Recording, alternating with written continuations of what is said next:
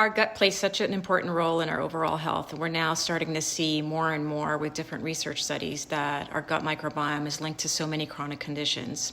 Why is our gut microbiome so important? Well, believe it or not, our gut microbiome houses trillions of microorganisms that actually work in a beneficial manner with our body.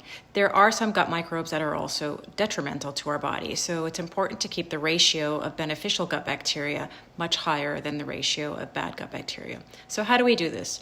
Number one, what we eat does matter. So for example, you want to eat foods that are rich in prebiotic fibers. And prebiotic fibers means it's plant-based foods that actually feed the organisms living in our gut. So if you think about our gut in the form of it being a factory and houses employees, and these employees produce products that are really important. So let's talk about that a little bit. So in your gut, you have your factory, and the probiotics are the microorganisms that are living in your gut. So these are the employees, and they're called probiotics. And what they do is they feed on foods that are rich in fiber, such as many plant-based foods, as well as nuts, as well as fermented foods. So once they feed on these fibers and these prebiotics allow them to produce byproducts, and these byproducts are called postbiotics. Now, why are postbiotics so important? Postbiotics are byproducts that actually help to keep our gut lining healthy.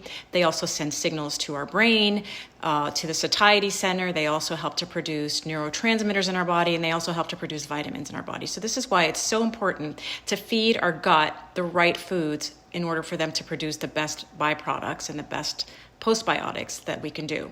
So how do we do this? Number one, it's been shown in numerous studies that the higher the diversity of gut bacteria in your gut, the more healthy it is. And the way that we increase the diversity of our gut is to eat a variety or diverse number of plant-based foods. So if you want to increase and help your gut maintain a healthy lining, you want to try to maintain and eat at least 20 to 30 different plant-based foods a week. You also want to add fermented foods such as kefir, organic yogurt, kimchi. Any kind of a fermented food has those probiotics already in them, so you're ingesting those probiotics to help enrich your gut. Those two factors are extremely important. Now, what happens with if your gut is not receiving these proper nutrients, it starts to become unhealthy. And when it becomes unhealthy, it develops a condition called leaky gut.